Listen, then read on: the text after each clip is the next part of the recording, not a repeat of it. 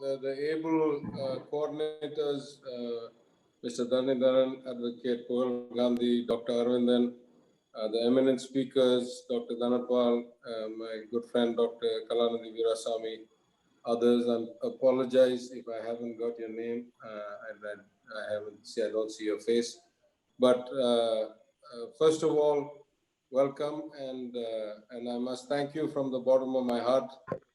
This has been a long, cherished dream of mine that the Dravidian movement that has lasted over 100 years and produced outstanding results in terms of social justice and the transformation of a society that has suffered millennia of hierarchical and structural constraints to bring about a more equitable, more inclusive growth 100 years ahead of where the rest of the world started thinking about these issues.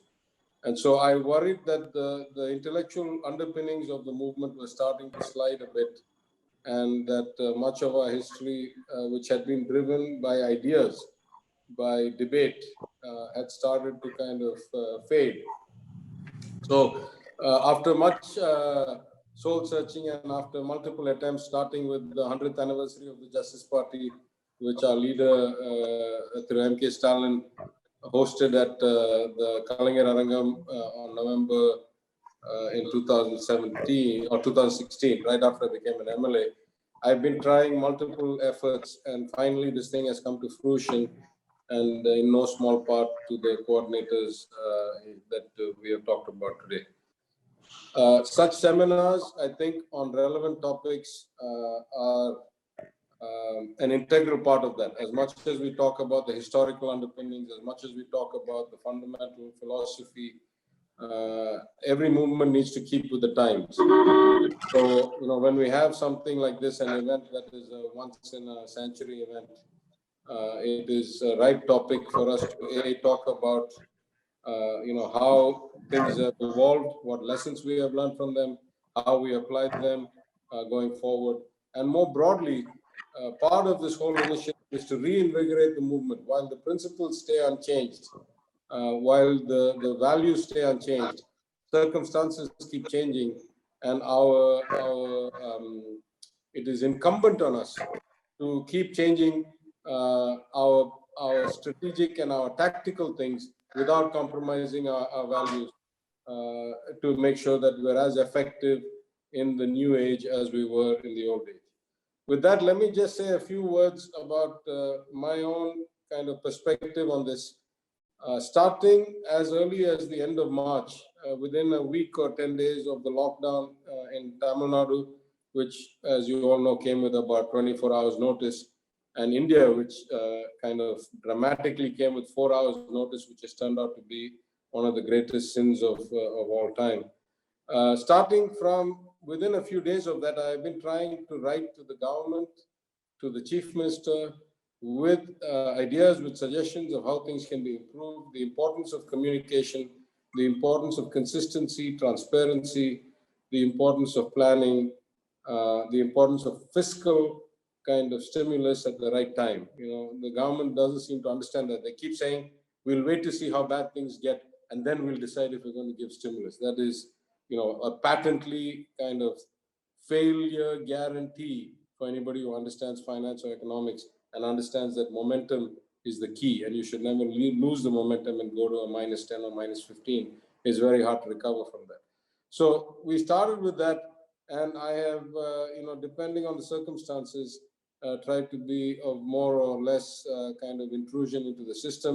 I've expressed concerns on behalf of myself, the DMK IT wing, on the quality of the data, on the decision making, on the extent of do as you say, and not just do something different and say something different, which the government and the ministers have been doing for a long time.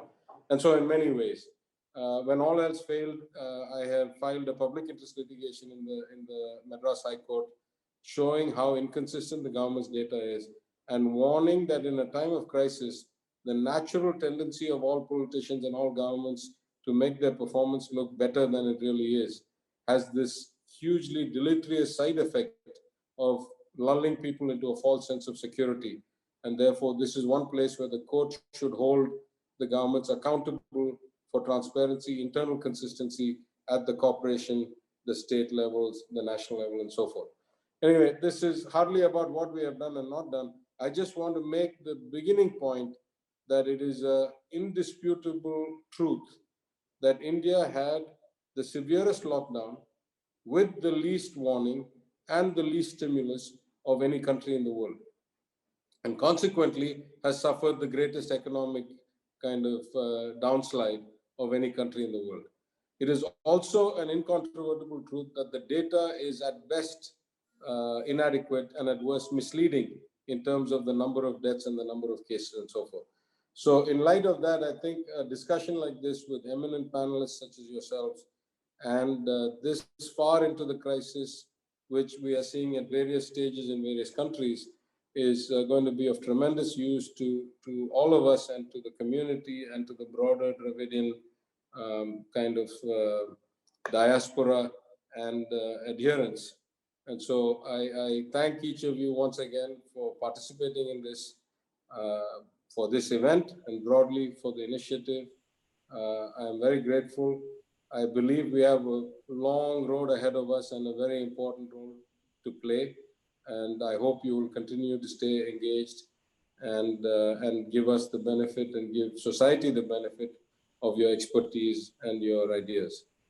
Thank you for the opportunity and vanakkam.